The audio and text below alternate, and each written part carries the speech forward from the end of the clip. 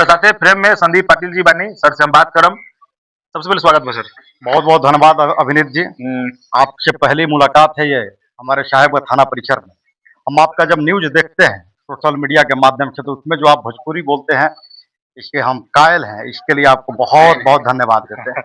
बहुत बहुत धन्यवाद सर।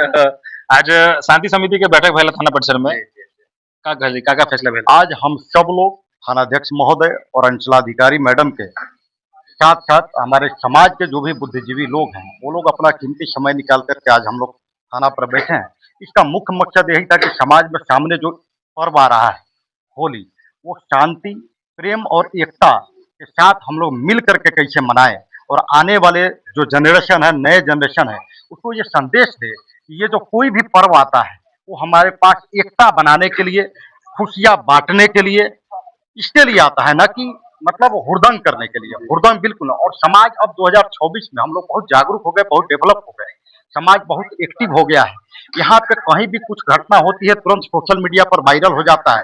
इससे प्रतिष्ठा यहाँ का नहीं दूर दराज तक जाता है, जिससे हमारा समाज कलंकित होता है। इससे भी हम लोगों को बचना है, अपने बच्चे को बचाना है, जिससे समाज सुरक्षित हो, हम सब सुरक्षित, मिलजुल के सामाजिक सौहार्द के साथ मिलकर जाएं। बिल्कुल बिल्कुल। होली का जो पर्व है वो प्रेम का ही है। इसमें पौराणिक एक कथा है प्रहलाद और हिरण्यकश्यप का। इसमें उदाहरण दिया जाता है कि जब प्रहलाद को सुरक्षित रखना था तो खुद भगवान आकर के होलिका का दहन किए थे। इसीलिए देखते होइएगा कि होली से एक दिन पहले होलिका दहन मनाया जाता है। इसका कहानी यह है कि बुराई पर अच्छाई की जीत, और इससे हम लोगों को सीखना है। हम लोग सीख करके अपने बच्चों को वही देंगे जो हम लोग सीखे रहेंगे। तो कभी बुराई का समर्थन नहीं करना है।